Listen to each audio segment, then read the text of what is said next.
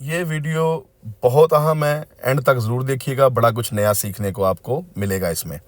قادیان سے ہمارے ایک دوست ہیں، انہوں نے پوچھا ہے کہ سر سید احمد خان صاحب کا اور حضرت مسیح موعود علیہ السلام کا زمانہ تقریباً ایک ہی ہے، تو ان کے آپس میں کیا تعلقات تھے، حضرت مسیح موعود کے کیا خیالات تھے ان کے بارے میں؟ تو آئیے اس پر بات کر لیتے ہیں۔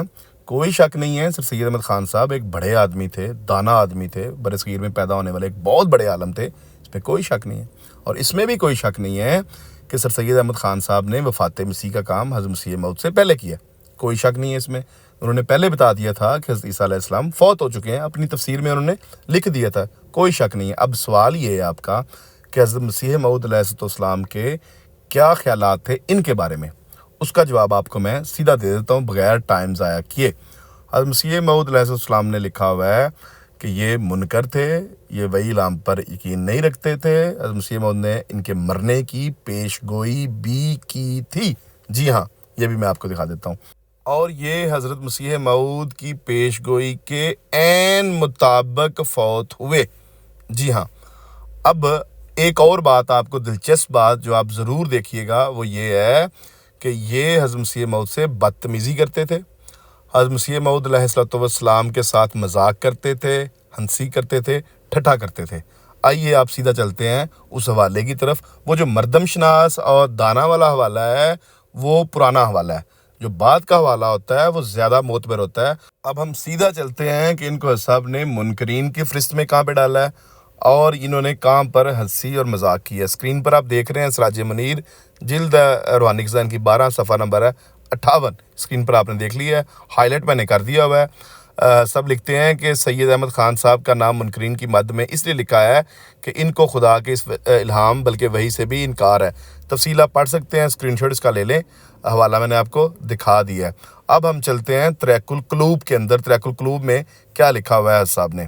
طریق القلوب صفحہ نمبر ہے 467، روحانی خزان کی جلد ہے 15، یہ نوٹ کر لیں خاص طور پر، یہ ان کے انتقال کے بعد کی ہے۔ آپ ہائی لائٹ میں نے کر دی، آپ دیکھ رہے ہیں کہ ادھر سر سید خان صاحب فوت ہو چکے تھے، اس مصیبت سے غشی بھی ہو گئی اور آخر اسی میں انتقال فرما گئے۔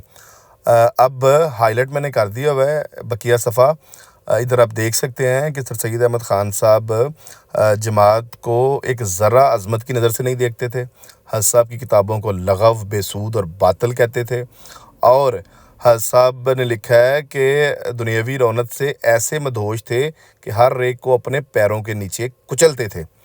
اب حضرت صاحب ان کو ایک دفعہ علی گڑھ میں ملے، اس کا قصہ ذرا سن لیں، آپ کو ساری بات واضح ہو جائے گی کہ میں ان کو کیوں کہہ رہا ہوں کہ یہ ہنسی اور ٹھٹھا اور مذاق اور بدتمیزی کرتے تھے حضرت صاحب سے۔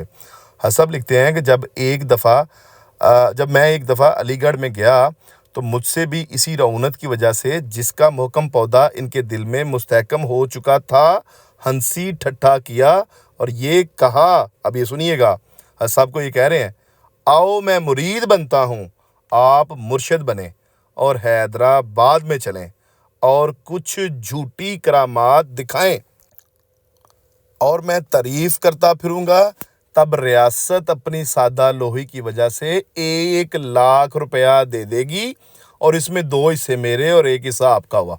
اب یہ دیکھیں، اب سر سید احمد خان صاحب حضرت صاحب کے ساتھ کس قدر بدتمیزی کر رہے ہیں۔ حضرت صاحب نے یہ تحریر اپنے ہاتھ سے لکھی ہوئی ہے، کس قدر بدتمیزی کر رہے ہیں سر سید احمد خان صاحب۔ وہ کہہ رہے ہیں کہ آؤ لوگوں کو لوٹتے ہیں، یعنی کہ یہ مذاق کر رہے ہیں، طنز کر رہے ہیں کہ تم میرے پیر بنو اور میں مرشد بن کے جھوٹی کرامات لوگوں کو بتاؤں گا اور تب لوگوں سے معصوموں سے 1,00,000 روپے ہم لوٹ لیں گے، 2 حصے میرے ہوں گے، 1 حصے تمہارا ہوگا۔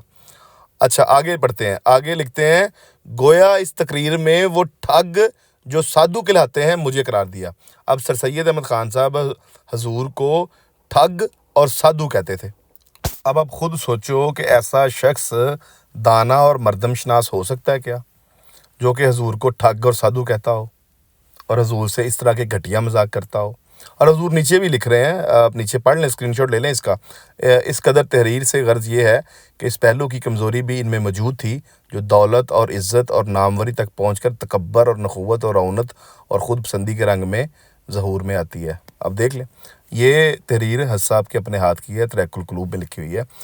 میں جو بھی بات کرتا ہوں، جو بھی الفاظ استعمال کرتا ہوں، وہ کوشش کرتا ہوں کہ حضور کی کتابوں سے کروں اور آپ کو ساتھ میں حوالہ بھی دکھاؤں. تو میری تحقیق تو بڑی سادی اور سیدھی ہے ان کے بارے میں، سر سید احمد خان صاحب کے بارے میں. وہ میں نے آپ کو بتا دی ہے کہ صاحب کے خیالات ان کے بارے میں یہ تھے. اب رہی بات کہ ان کے مرنے کی پیش گوئی کہاں پہ کی ہے، وہ بھی میں نے آپ کو دکھا دی ہے، سامنے اسکرین پہ لگی ہوئی ہے. اب ہم اس اشتہار مورخہ اشتہار لکھا ہوا ہے 1897 کا، جس میں سید احمد خان صاحب کی موت کی نسبت پیش گوئی ہے.